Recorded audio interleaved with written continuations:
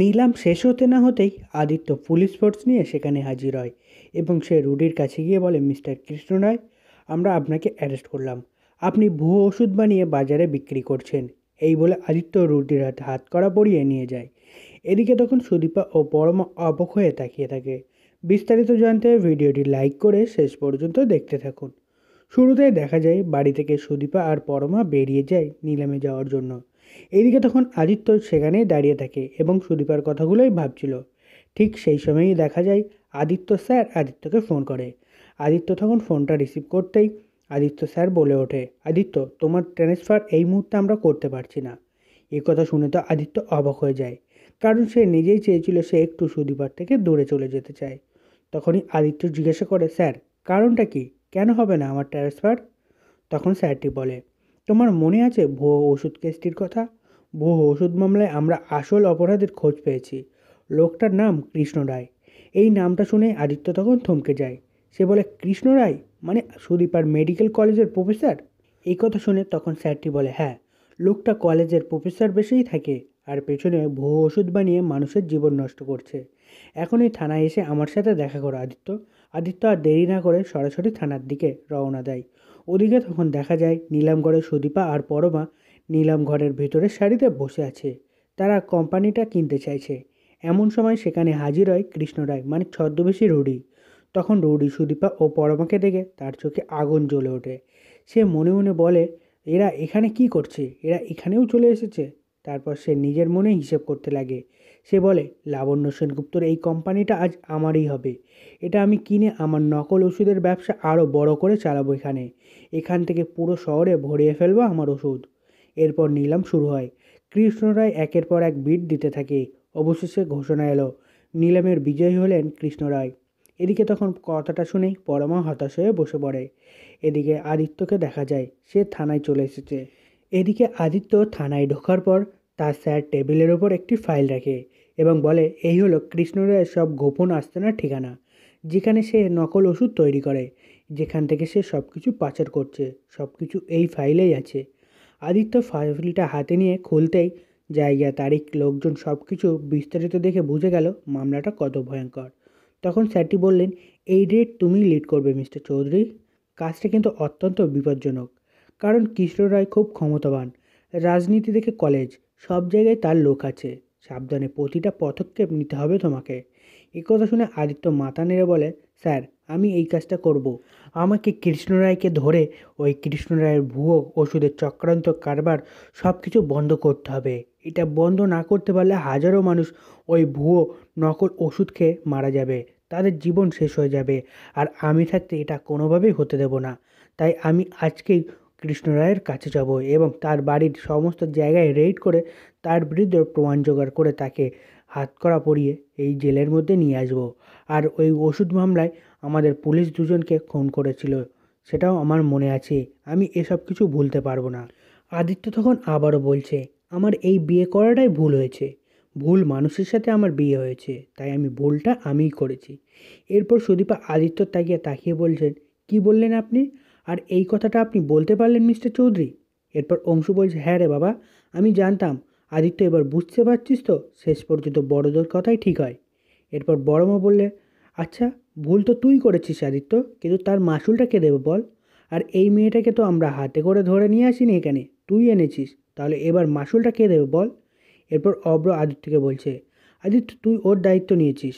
অব্রের মুখে এই কথাটা শুনে পরমা বলছে, থাক, সবার মুখে এই দায়িত্ব কথাটা মানায় না, তাই সবাই নাই বা বলি। এরপর আদিত্যর মা পরমাকে বলছে, চুপ করো পরমা।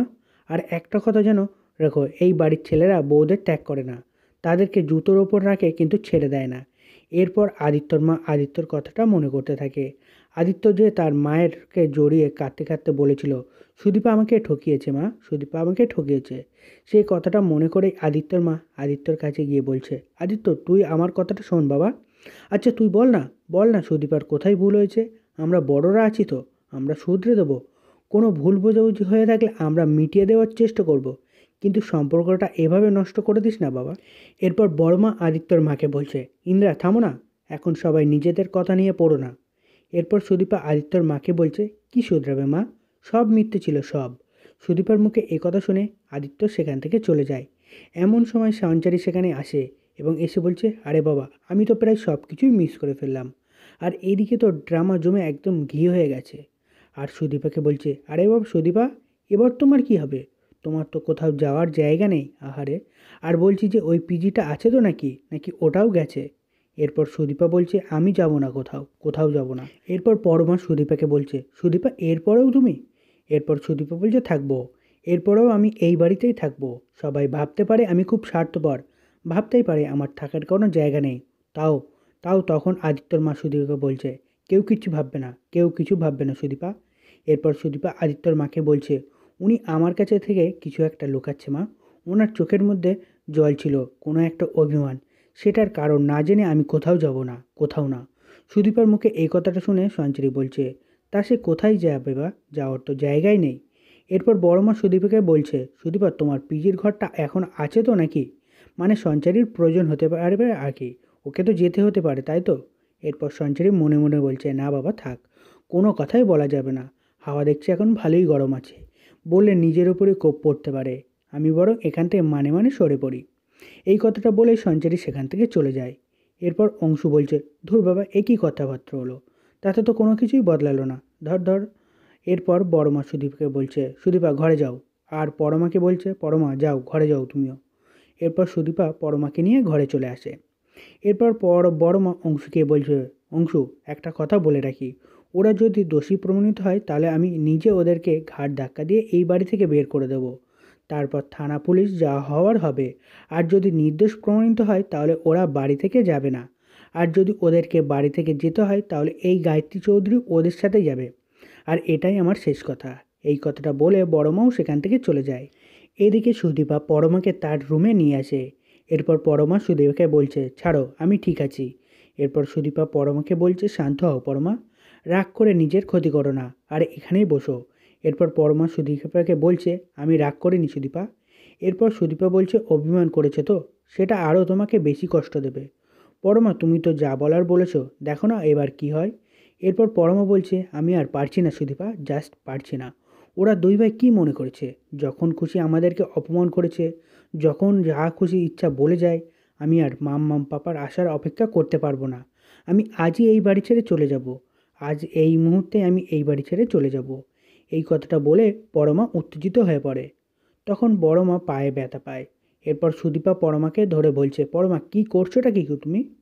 এরপর তো দেখছি তোমার পাটাকে আরও ড্যামেজ করে ফেলবে। আর তুমি এখন বিছানায় বসো, আস্তে আস্তে বসো।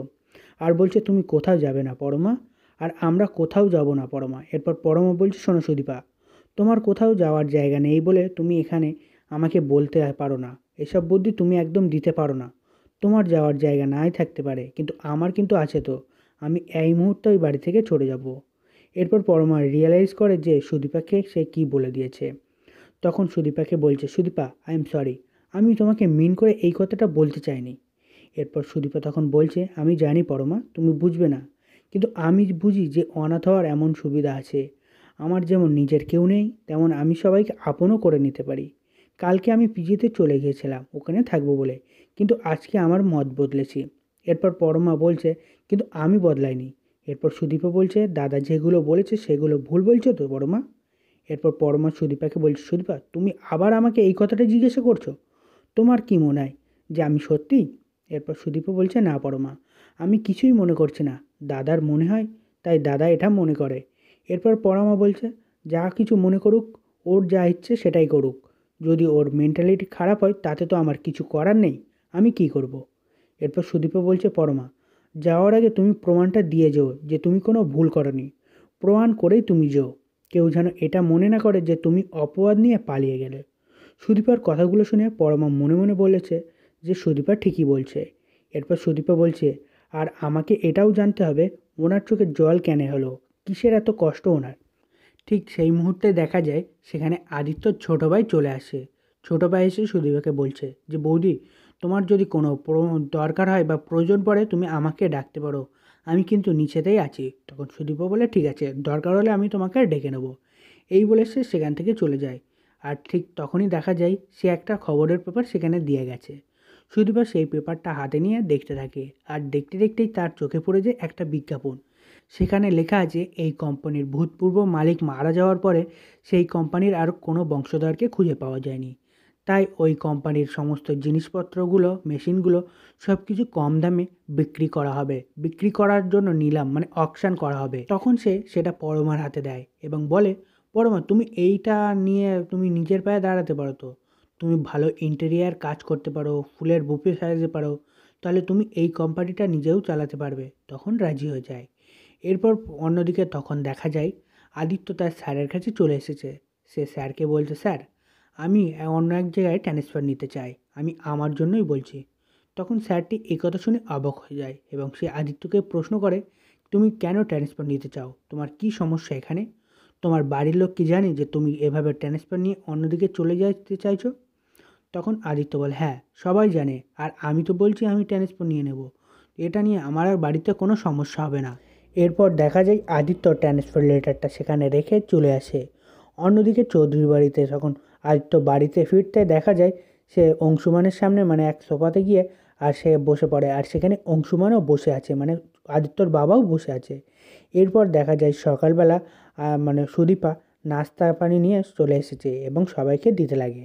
এবং তখন অংশুমান সুদীপাকে অপমান করতে থাকে নানাভাবে কথা বলে। এদিকে তখন আদিত্য সেই কথাগুলো শুনেও কিছু বলছে না, সে সুদীপার দিকেই বারবার তাকাচ্ছে যে সুদীপা কিছু বলে কি না সেটাই দেখছে, কারণ সে তো সুদীপার ওপর রেগে আছে, তাই সে কোনো কথাই উত্তর দিচ্ছে না।